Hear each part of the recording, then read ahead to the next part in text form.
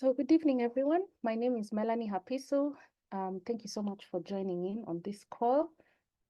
Today's event is around ethical considerations when it comes to digital marketing. For those of you who are joining us today for the very first time, feel very welcome. This is our webinar series we've been having now from January to date. This is our second last one. We have one final one happening next week.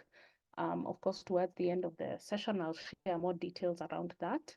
But thank you so much for joining in. I'm the founder and CEO of a company called Digipath Africa that is behind the community that has been doing these events. And with me today, I have two of my speakers who will be, taking us through their experiences when it comes to ethical dilemmas in digital marketing. And if you don't mind, I'll have them introduce themselves just so that they can tell you what they want you to know about them. So if you don't mind, Joy, I'll start with you, then maybe we can go over to Patience. Please introduce yourself to guys and, let them know what you do and anything else you'd like them to know. Okay, thank you, Melanie. Hello, everyone. My name is Joy Jerry. I'm a marketing and communications specialist. I've been doing this for, I think, should be 3 years now. So I'm excited to, contribute to today's discussion and also learn from my fellow panelists and I think the entire group. So thank you so much. All right, thank you as well. Patience, over to you. Please introduce yourself. Hi everyone, welcome to today's session. My name is Patience and I have a background in marketing. So I've also started an initiative called Green Skills for Youth. You can check it out online and hopefully learn more about what the initiative is about. Welcome once again to today's session. We're looking forward to an engaging conversation with all of you. Thank you. Amazing. Thank you for that, Patience. I think I had one more person. I'm not sure if she's on the call. Let me just check in. Candy, are you on the call? Chebet? I don't think so, but we had one more final speaker. I think she has some issues with her electricity, so we may not have her on the call today. But thank you all once again for joining in. You have met my speakers, and I think we'll just dive into the conversation today. For those of you who were looking forward to this event being last week, I know we were quite excited, but we had a dilemma of electricity in the country, so we had to push the event to this week. So thank you so much for making time. Of course, the recordings will be provided both for this event and for events we've had in the past. So I'll share those towards the end of the session. So today we're here to talk about dilemmas, specifically ethical dilemmas when it comes to matters digital marketing. And I think as a marketer, as a business owner, this is such an important conversation to have simply because this is where we are right now. People are, very concerned about the ethical side when it comes to marketing, especially from a digital perspective, because of what we see as marketers. So you'll hear people talking about privacy concerns, people talking about how deceptive sometimes advertisements could be, or how invasive some of the marketing can be, and so on and so forth. So today we'll be talking a lot about that. I'll be the moderator for the session, but I'll also give my insights where needed, since I'm in this space. So looking forward to share, and I'm also encouraging the audience to share. If you'd like to contribute, feel free to type in the chat, but maybe also because we're not so many, you can always raise your hand and unmute and add on to the conversation. If you have any questions as well, we can use that same drill just to tackle that. So I'll have an interesting conversation with my panelists just based on the little I know about them and just the introduction that they've done. And you get to realize that regardless of how long you've been in this industry, either as a marketer or even as a business owner who's been implementing digital marketing on their own, you realize in one or another you've bumped into such a question, asking yourself, really, where do we draw the line as marketers when it comes to ethical digital marketing? So maybe I can start from a perspective of what exactly do we foresee to be some of the ethical dilemmas in the digital space? Because then different people could have different examples. I've mentioned a few in terms of privacy and all that, but maybe I'd love to hear from just our panelists. And Patience, allow me to start with you. When it comes to some of the dilemmas you've probably heard of or come across through your career, what are the most common ones you would like to mention that probably people should actually look out for? And maybe even why?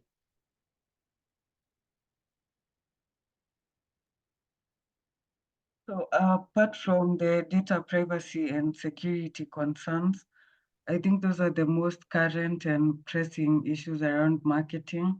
But there's also the consumer's emotions. I think that's often a dilemma in digital marketing, especially. And so, yeah, maybe manipulating the consumers, the racism and sexism in the marketing industry. There are quite a number of ethical dilemmas that a marketer can encounter, but roughly, maybe I could mention those: the data privacy, racism and sexism, and also where the consumer's feelings are manipulated. Great. Thank you for sharing that. Maybe as we build on that conversation, I'll come back to you. But Joy, it would be very interesting to hear your perspective in terms of what do you think are some of the dilemmas that, brands or people are facing right now in the digital space. And if possible, it would be interesting to know, are there some of those dilemmas that you've personally experienced on your own or you've encountered on your own, either from the consumer side or maybe even from the digital marketing side? And maybe how do you think we should navigate them, when it comes to just maintaining our integrity, maybe also transparency as marketers?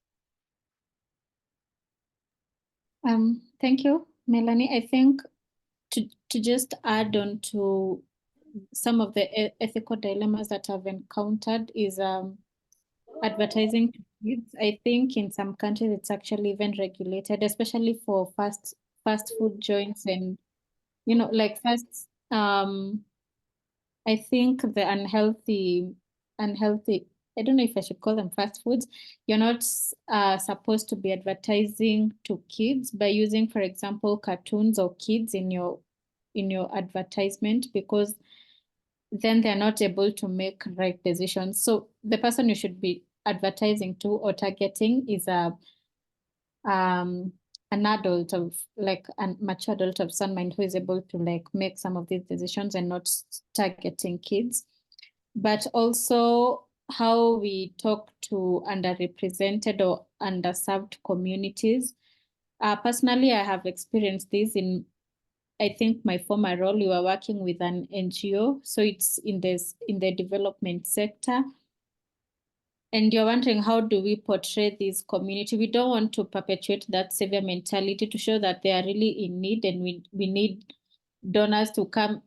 That is not the picture we are trying to sell, but we need donors. So how best do we represent some of these communities in a way that is, it gives them the respect that they deserve? So we had a bit of push and pull, like what kind of images do you want to use? We do not want to portray them as people who are undergoing so much problems and we need people to come and save them. No, we want to make sure that we want to do ethical marketing, respectful, but also get the message home. So I think also how we portray the underserved communities, it's really a test of an ethical marketer or an ethical storyteller. Yeah. I like that example you've given, and I think it's quite an issue. I remember at some point in my career, I also find myself in a sticky situation like that where I was working for a very big brand and, there was a very thin line between make these people look like they're dying and they're poor, and at some point I couldn't handle it and I actually left the project. Of course, it depends with you and the, sort of values you have as a human being, but I definitely think there's a lot, and thank you for sharing that example. Maybe before we go to Patience, I think something else that is quite critical to talk about, I think an example that lots of people are facing right now is can I say, buying data, and most commonly in the form of emails and phone numbers. For those of us who visit buildings a lot, and sort of leave our information in the black book, I think very many people are questioning whether they should leave their genuine information there. But in case you're here wondering, please just leave your genuine information. I was once in a building where I had left fake information and then there was a fire drill. And when they were trying to account for people, of course, they could not find me because I gave fake details. But long story short, those books are now becoming more dangerous than ever because people are using them to buy people's data, especially for numbers. But right now, I think even as you scroll online, you bump into very many people who are selling emails. If you want to build your emails quick, if you want to build your followers quick, there's a lot of that. And when I think about it, this is such an invasion of, privacy and even data, because then where do we really draw the line? How are we going to build our databases in a correct way to avoid people feeling like we're invading their space? And truly, there are many other ethical ways to do it, which I think we'll talk about at some point during this conversation. But I thought that would be an interesting sort of example to have. And maybe I can hand it back to Patience. Any close examples to you when it comes to ethical dilemmas you faced and maybe how you navigated them? Yes, thank you for the good examples.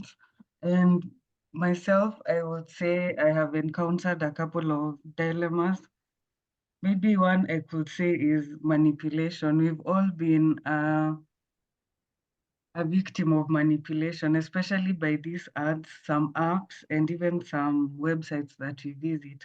So for me, I would say, as an iOS user, I feel a bit it's very difficult for someone to find somewhere to unsubscribe. So, for example, you've just subscribed to an app.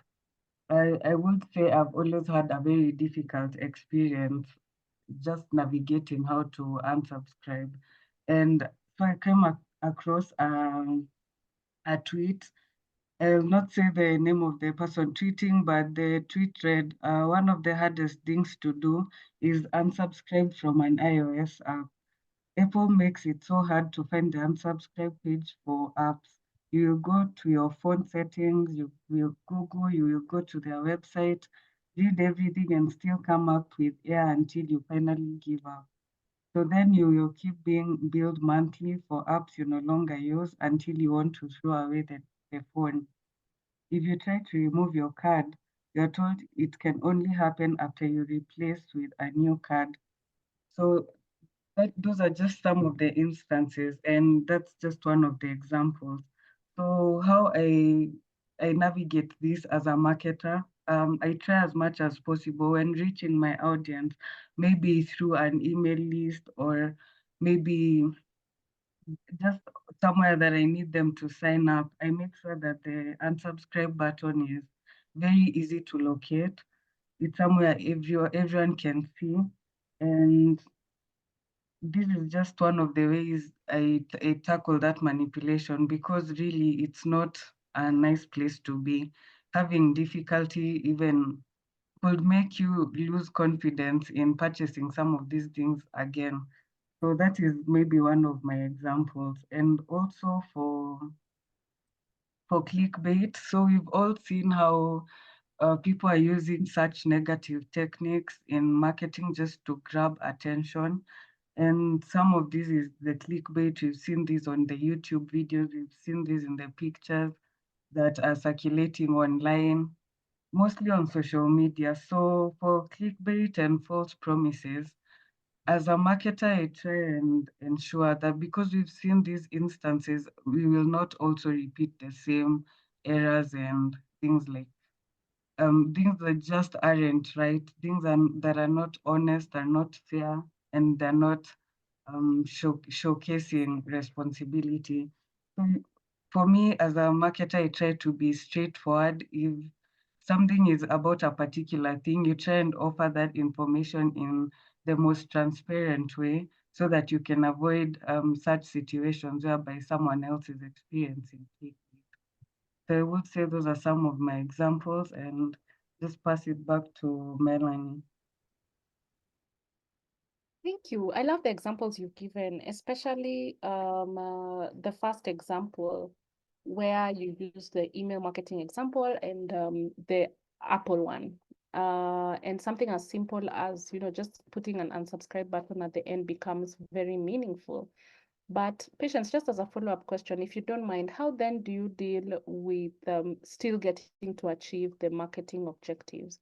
I know sometimes a client may tell you, don't put an unsubscribe button so people can't unsubscribe, for example, because if we get them unsubscribing, we're losing people in our email list.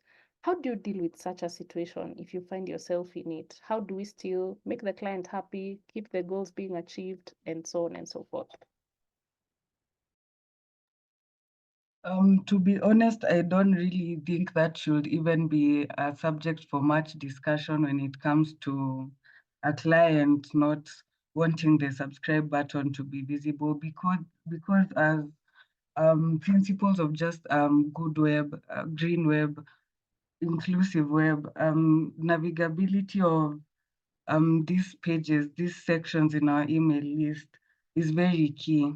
And part of that is ensuring that the placement of every item on your page, on your email, the placement is well visible. So there is no way that it could even be up to discussion that um, people, the unsubscribe button is being hidden away from people, because they should easily access it. Placement is key, whether people unsubscribe or not. Maybe if the client wants really not to see people leave, probably they should just invest in upgrading their content. There are other meaningful ways that people could, there are other ways that could be implemented to steer people away from unsubscribing, but hiding the unsubscribe button will really not be up for a debate, because it really has to be where it should be.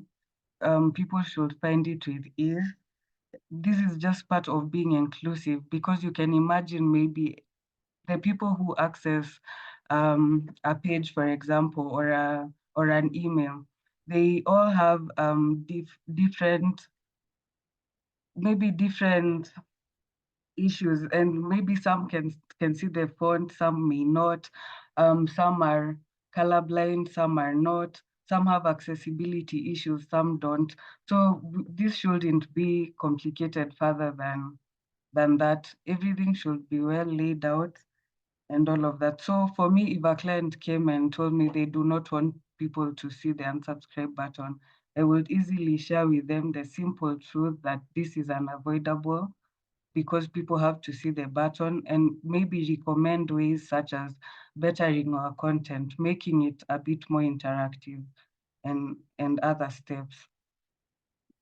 I think that would be my take on that.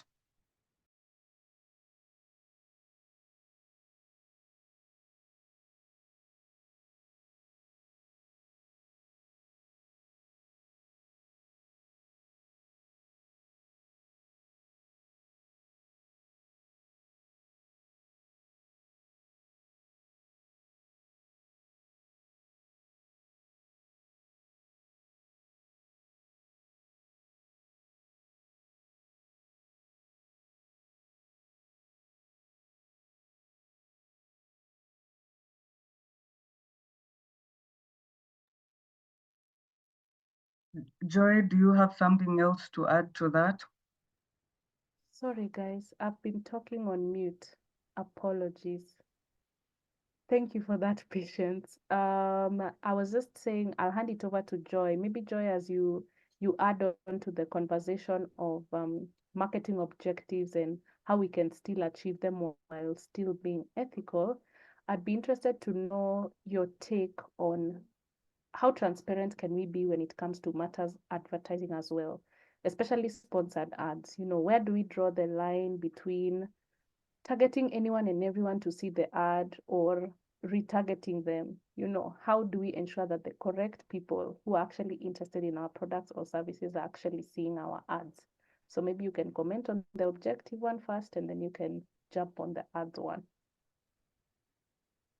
I think in terms of objectives, I will definitely agree with Patience that it's better to improve on content or targeting instead of not having the unsubscribe button, because then you'll have a big pool of clients who are not converting, and it's because they might actually not be interested in the product that you're offering or the service that you're offering.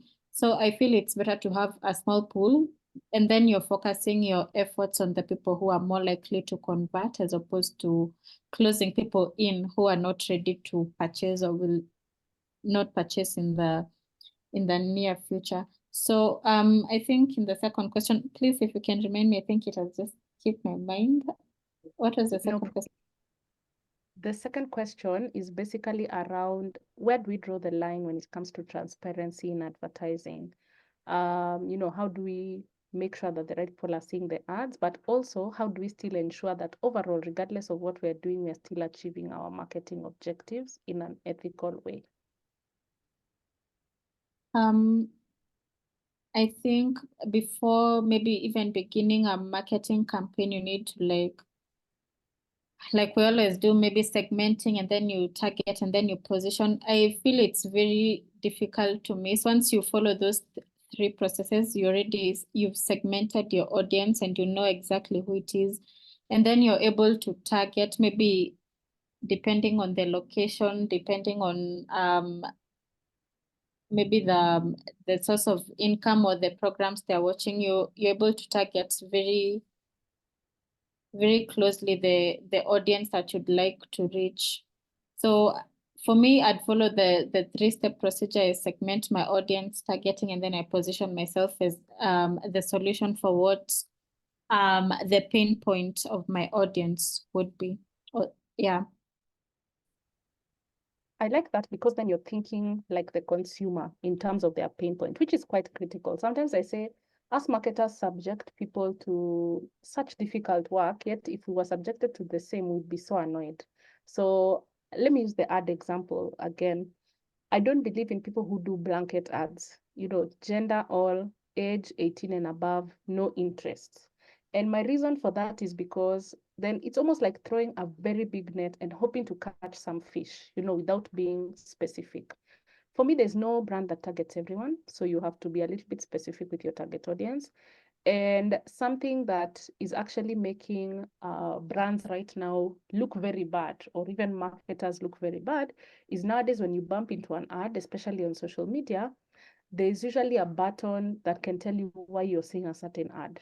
And if you're not pleased or you do not want to see that ad anymore, you can as well report the ad. So if I can just show us an example, of why this whole conversation of ethical dilemmas is important and why some of these platforms are actually taking action. This is an example of a post I've seen on Facebook. It's a sponsored ad.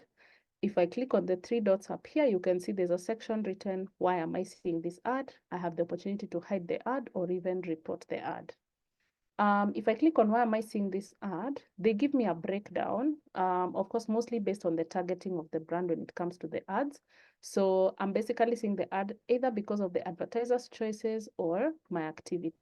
If I go into advertiser's choices, I can clearly see that they've targeted people who are 18 and above, the people we are talking about, the marketers, and their primary location is Kenya. Would it make sense for them to have a bit more detail in terms of interest? Maybe I'm not interested in Showmax and I'm seeing the ad because it's too blanket. But for me, I know I'm probably seeing it because of my activity. I've interacted with other accounts around this. So you can see, especially media streaming, I've interacted with that. So it kind of explains why I'm seeing this ad. So you're now seeing platforms like Meta, Twitter, LinkedIn, trying to put in things like this to protect themselves. Because if I can still have this on an ad and a marketer still behaves unethically, especially when it comes to targeting of their ad, then the problem falls with the marketer. Because right now, the target audience can clearly see, why they're seeing that specific ad. And that's something that's available to everyone. You don't even need to be managing the page. You can see, of course, I'm not managing the Showmax page, but I'm still able to see that. I think a Kenyan brand I can think of that comes top of mind that I think is doing a very good job, especially when it comes to ethical targeting, is Oraimo. I know they go into the detail. If you bump into any of the Oraimo ads and click on why am I seeing this ad, you'll realize that they go into so much detail of just explaining why you're seeing the ad. It's not just about age, gender, and location. They even put in specific interests to help you understand that. So as you can see, it's all about moving with the way times are going. It quickly reminds me of, being in the digital space, a lot of things change quickly and you have to stay updated all the time. Using that same example of emails, and maybe I can go back to patience. Using that same example of emails, I remember there's a time when an announcement was made where we were told we now have to be more ethical with how we collect our emails, getting consent from people, so people now have to subscribe to your newsletter and so on and so forth. And things keep changing in our world right now. But I'd be curious to know from you, patients, how do you keep up? How do you always stay ahead, especially when it comes to um, matters ethical guidelines or best practices in the digital space? Are there things you do to keep up? Are there people you follow? Maybe tell us a bit about that.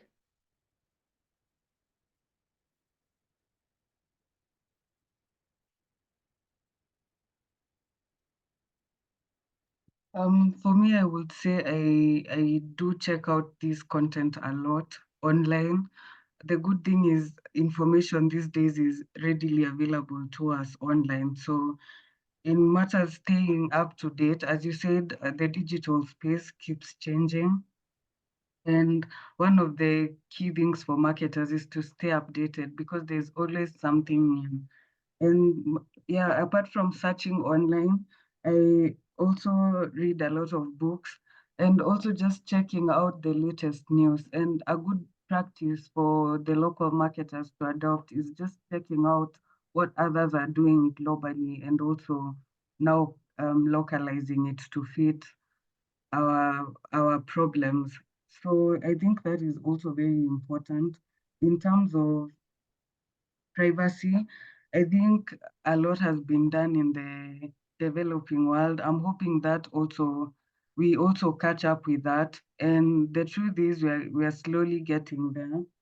And yeah, like I know of a local solution here in Kenya that's called Barizi Data Privacy Services. So what they do is you could even sign up, and if maybe you're facing a dilemma, you don't know where to start because again, you can't just some things you don't just fetch online and start DIYing. You have to ensure you've reached a certain level of compliance. So for instance, maybe I'm having a data concern issue, which is a very current issue in digital marketing, and I do not know where to start.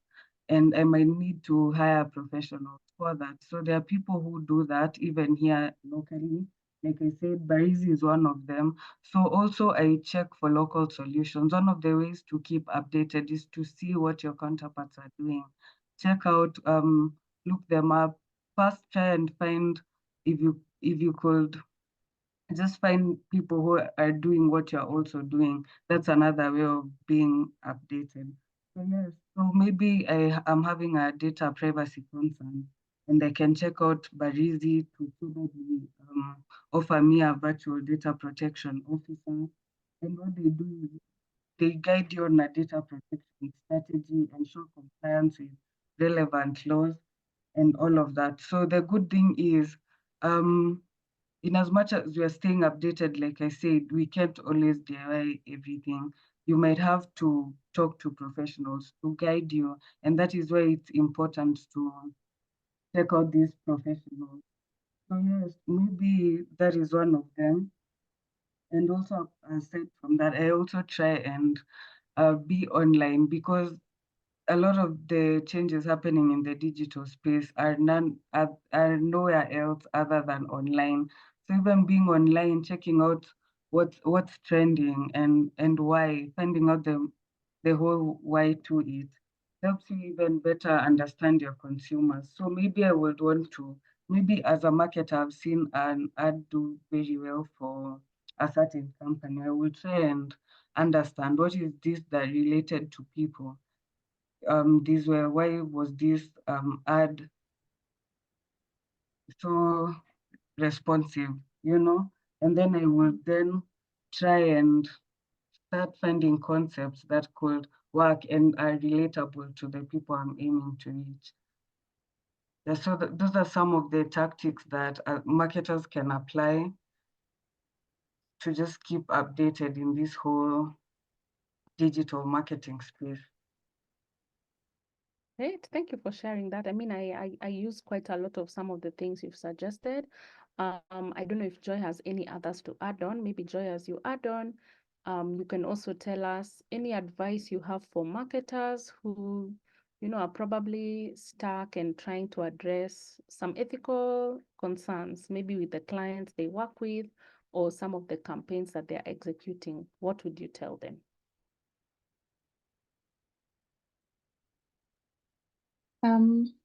So I think my way out of maybe instead of trying to shove down advertisements and marketing down clients' throats, as a marketer, I think I would focus more on inbound marketing, because then the clients they have come to your page or to your website because they have a specific need that they need to be addressed. So by this, I mean maybe focusing on SEO and good content on social media, as opposed to doing ads that are not properly targeted, and that way you're not getting the kind of conversion that you might want. So I think inbound marketing as opposed to outbound marketing is a good way around this kind of ethical marketing, or this dilemma.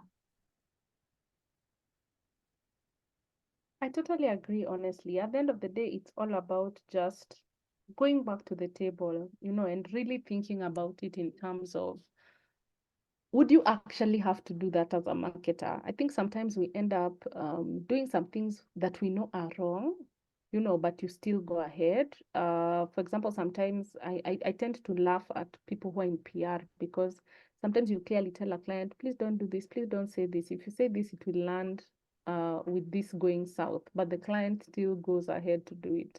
So, I mean, thank you so much for sharing that. So, as we keep building up on this conversation, and Patience, allow me to maybe come back to you briefly. Maybe let's start with Joy. Joy, let me come back to you a little bit. Do you have any, can I say, case study, maybe from a project you've worked on? I think you were talking about one briefly, but maybe you can tell us in a bit detail. Do you have any project that maybe you've worked on before where you actually being ethical played a huge role in shaping the outcome of the campaign, and maybe what was the ethical issue? How did you go about it? And probably what were the bad outcomes you had foreseen versus what were the actual outcomes? Maybe, yeah, let's hear from you, Joy. Then we can go back to Patience with the same question. Okay, so two scenarios. One which I had already mentioned before. We have a donor who is we have a client who is an NGO and they need donors. So we are in a dilemma. How do we communicate, or how do we tell this story that we have this community that needs some help? How do we do that ethically and in a dignifying manner? But also, a second encounter I've had, we were running a webinar, and so we collected so many emails and phone numbers, but these are people who had signed up for the webinar, and now the whole argument was, do we keep the data, the email, and continue to send them marketing collateral beyond the webinar? And my argument was, no, these people signed up for the webinar, and that should be as far as we go in terms of processing their data. After the webinar, then we need to discard that. And if we need to build the database, can we maybe run a survey, or just ask people to register to be receiving emails for this kind of marketing, and not import people who are just were interested in the webinar, and now we are trying to send them marketing material. So yeah, that conversation didn't go very far, but at least I managed to convince my team or like the entire department, because that time privacy and data protection was very rife in Kenya and people were getting slapped with fines left, right, and center. It was a very simple conversation to have. I think it was a foresight, but I brought it to the table and said maybe we might not want to go in this direction because there might be severe consequences if you're going to process people's data for what they didn't sign up for. So yeah, those are the two case studies I have encountered recently. You are the angel we need in our organizations, because when I used to be those people, but if you sign up for my webinar, automatically you are in my email list, and it became so Yeah. difficult to learn to discard. It was such a difficult thing, Yeah. especially for someone like me, who actually, I can say the tool I use for my events is the same one that gets people automatic to my email list. But one thing that we forget is when I was signing up for your event, I didn't sign up to receive marketing material. I Yeah. signed up to attend the event. So that's why you see sometimes people putting a checkbox. So maybe if you sign up for this event, maybe you can also tick a checkbox saying that you'd be interested in receiving marketing even after this event when it comes to our brand. So I can see we have a question in the chat from Koki. She's asking, please clarify why we shouldn't market to our database. Okay, I think I've answered that a bit. Koki, I can see your shock. Would you like to comment, or do I leave you at the chat? Me, I'm shocked. Because I think sometimes like we are so keen, stroke desperate to have your as much as you can of your marketing information out there. So I think, Melanie, like for you, you've attended my webinars, and then I also do events. I also do like the next webinar, because I'm just like, okay, then how does that work? Because just like Melanie, I use the same platform for webinars as well as events. And then I've then gone into communities as well. So I guess my assumption, the reason why I'm shocked, my assumption is that because you came from my webinar, you care about all things my content. And I feel like what we're saying right now is actually they don't. Yep. So actually, then maybe I would want to know, based on the database that I have, what was that thing you said about checkbox? Because then I would want to be careful not to invade that privacy. Because now that she's spoken, I'm like, actually, you're invading someone's privacy. How do I then separate that you want to attend my webinar? You also want information about my events. Please guide on that.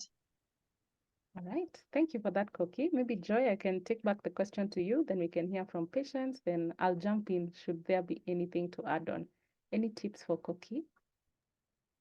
I think a good place to begin with, maybe the platform you use will give you metrics or like analytics of whether your emails are actually being opened, the bounce rate and whatnot, and then you can tell if it's actually working, so that you're able to determine these guys were just interested in my webinar, but when I send marketing collateral, they don't even open my emails. So when you analyze that, then it gives you a clear picture of whether your marketing efforts are actually bearing fruit. I think also maybe as you send out the invitations of the webinar or surveys, even after the webinar, you need to obtain express permission that would you like me to add you to my database so that you always know what is happening within the organization or something. You just need to make sure that it's very express. You cannot assume that because I've attended one of your events that I would automatically be interested in the subsequent event. So you can begin by analyzing the metrics. Are my emails actually being opened? Are they being read? What is is there any conversion? And then you can take the necessary steps to sift maybe the people who haven't given their express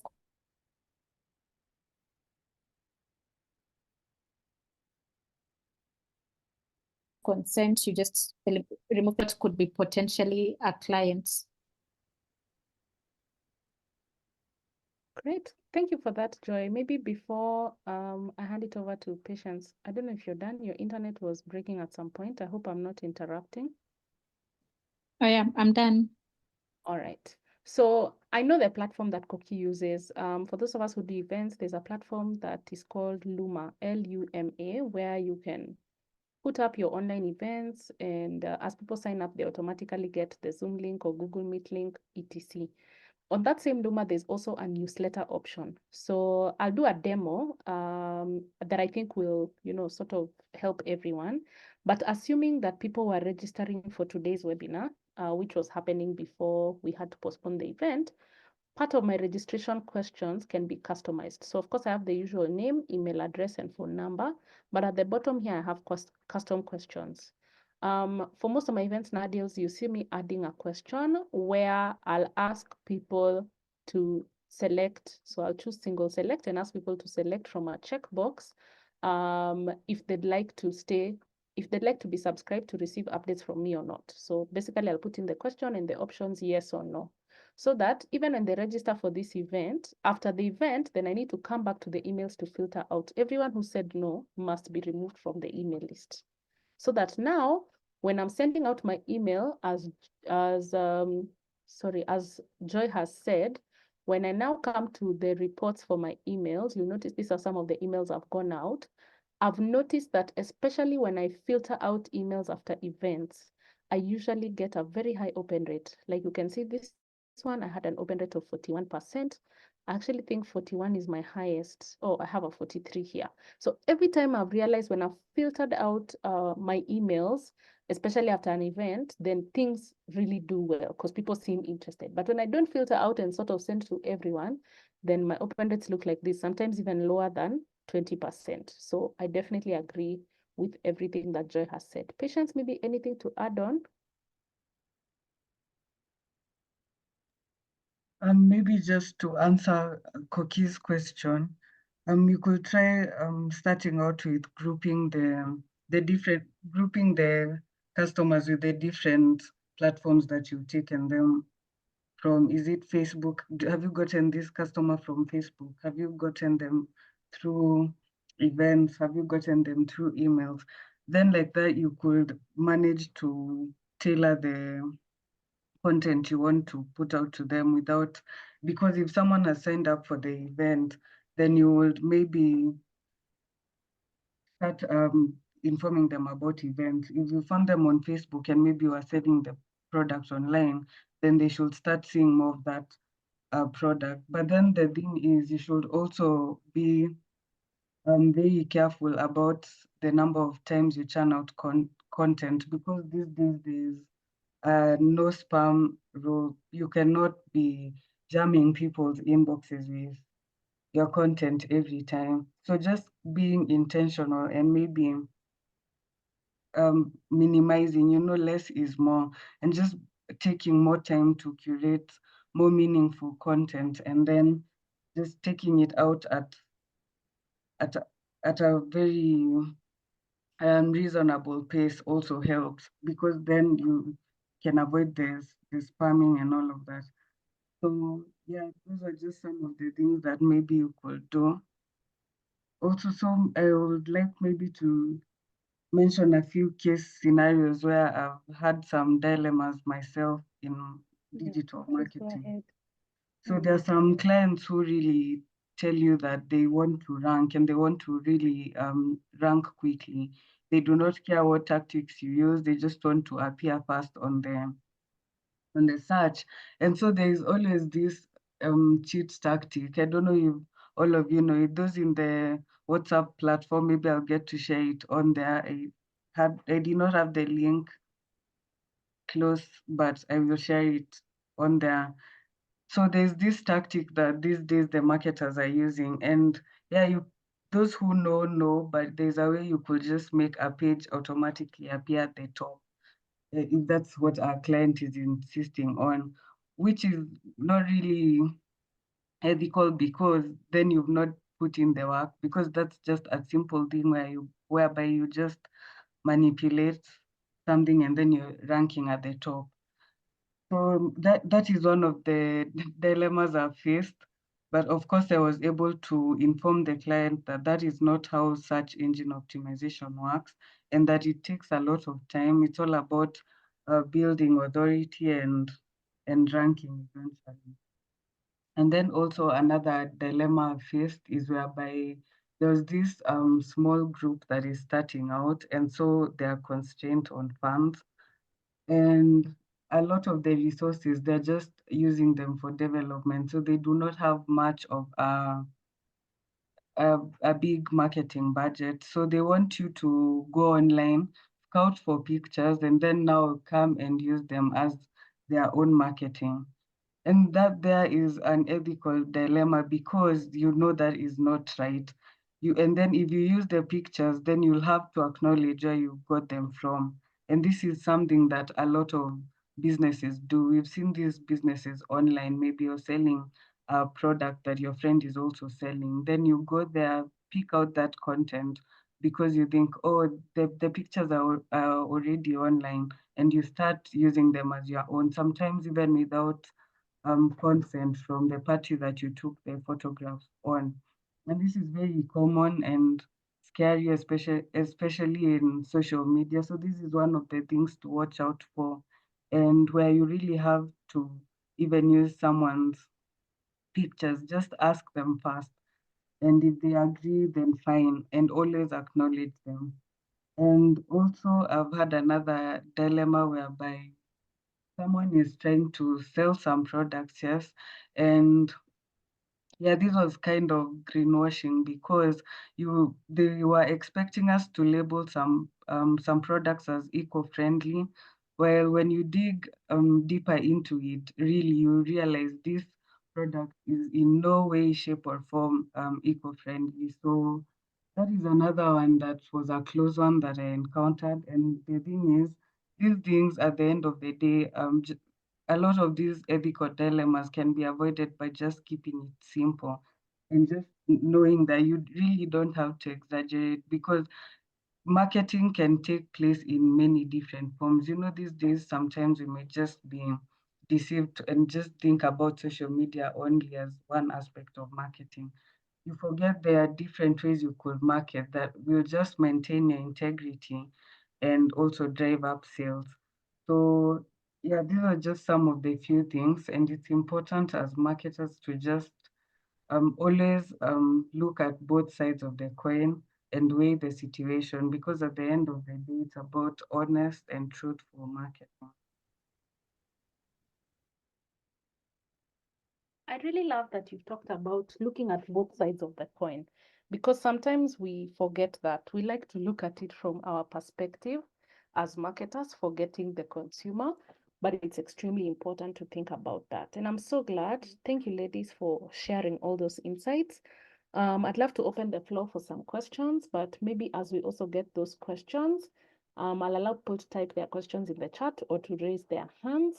Maybe as we do that, I'll do maybe any final words or any takeaway for any marketer or business owner on this call with regards to this conversation we've had today. Joy, I'll start with you. Then I'll go over to Patience, and then we can take any questions that will be there.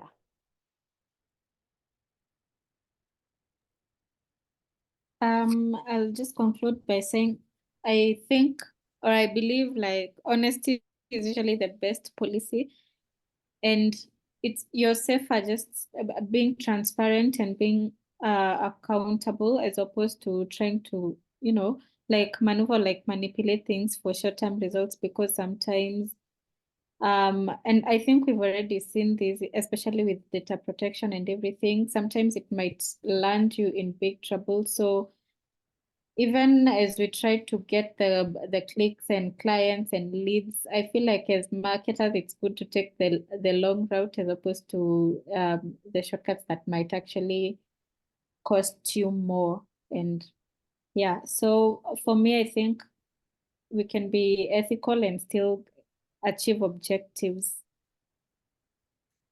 Great. Thank you for that. Patience, any final words from you? If anyone has a question, please raise your hand or write it in the chat in the meantime, as Patience says her final words.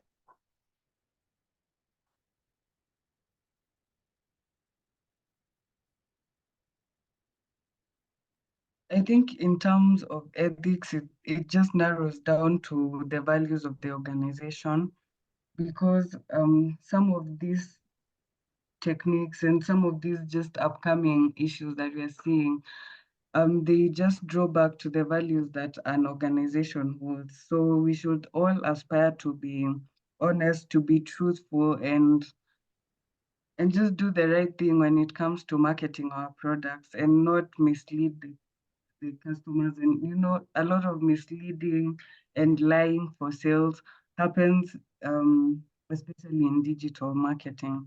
So just being mindful and knowing that marketing takes time, and there are always so many avenues to explore, is something very helpful to every marketer out there.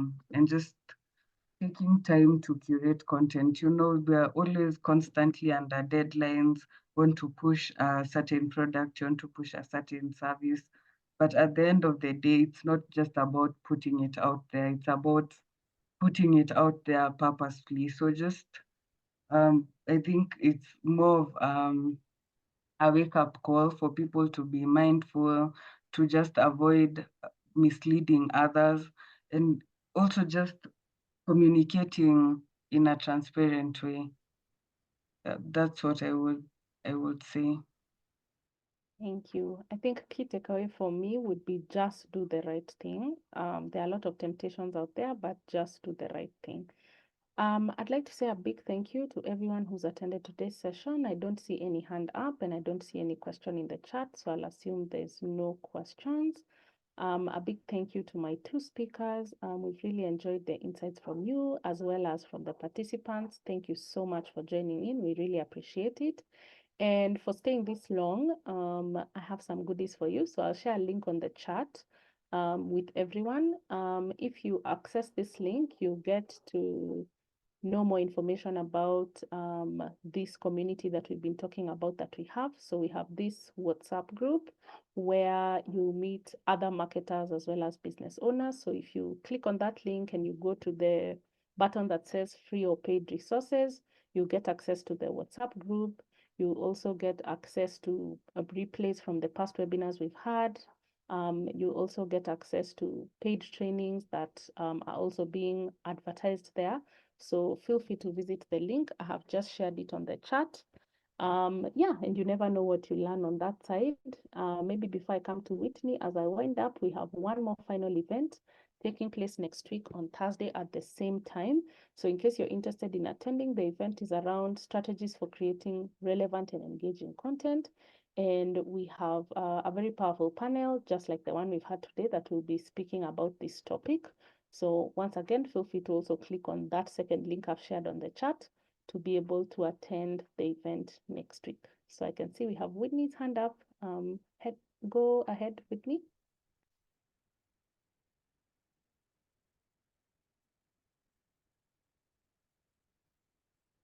You are muted. Can you hear me? Yes, we can. Okay, so my question was, our company usually has a media release form, which is more of a giving consent when we're shooting videos or taking photos during our trainings or any events we have.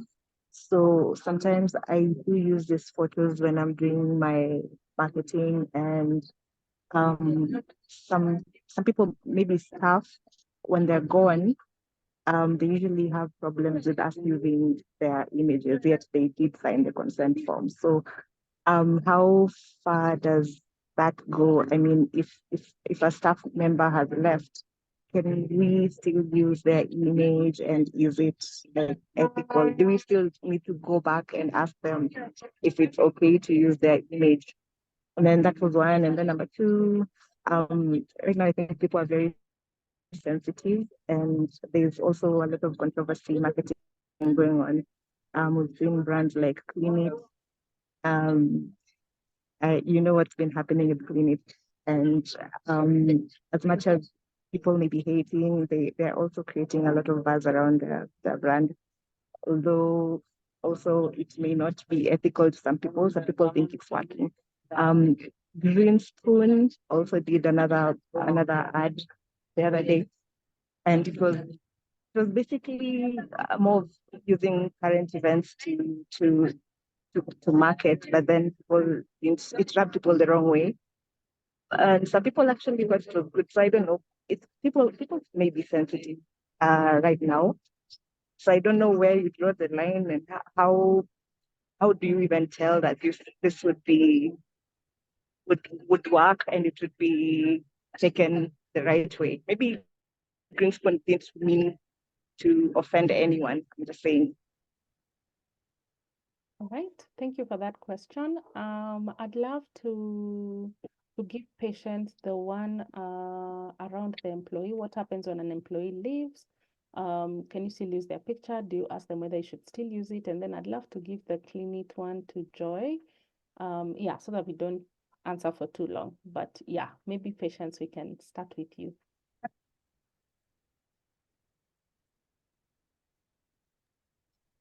Yes, I think consent should be obtained from the employee because maybe they have left the organization and do not want to be associated with it. I mean, maybe they would like also to remain.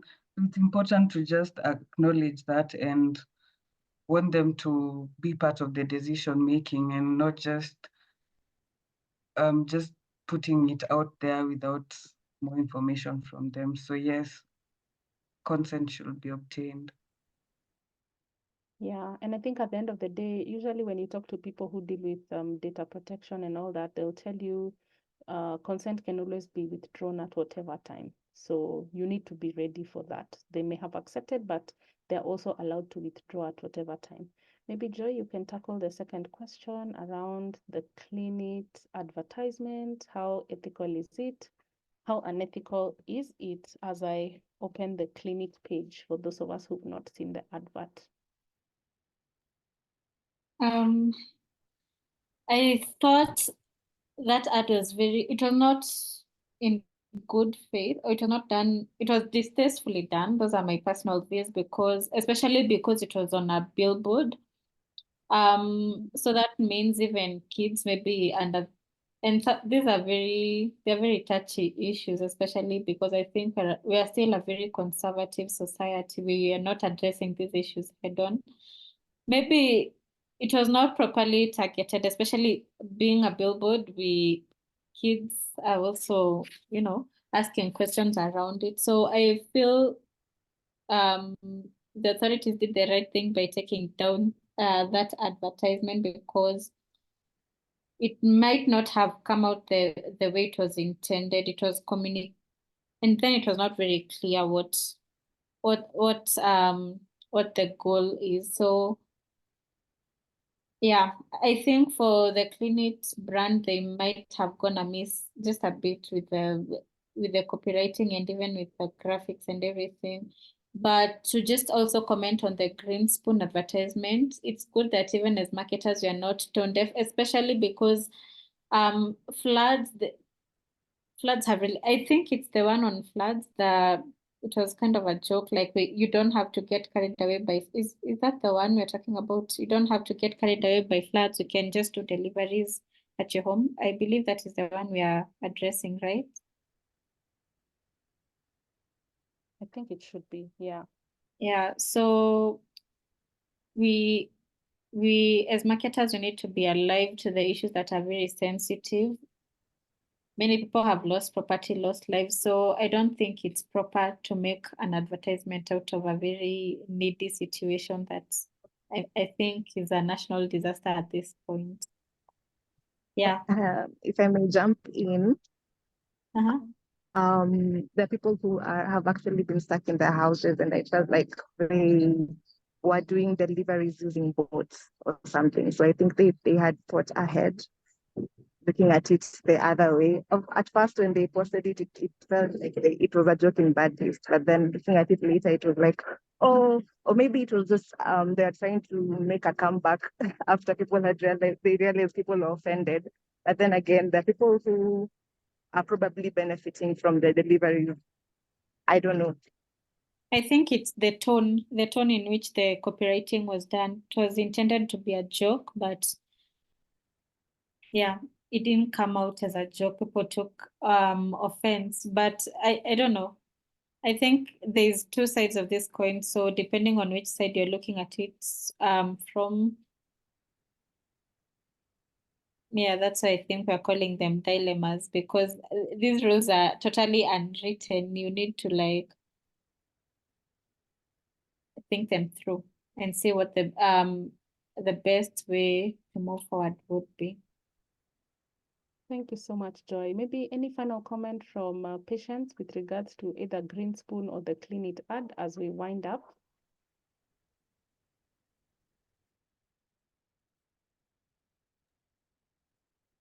Yes, there's that ethical dilemma I had mentioned earlier about the racism, sexism, and toxicity in digital marketing. I think that the clinics one will fall under that. And also maybe a bit of toxicity, because we all know what the ad implied. So just these days, as we said, there are different techniques that people are using just to grab attention, which may not be right. And such attitudes, of course, they are very detrimental to the brand, because while some might buy into it, some may not, and you may lose out on maybe on a consumer base that would have been interested in your product.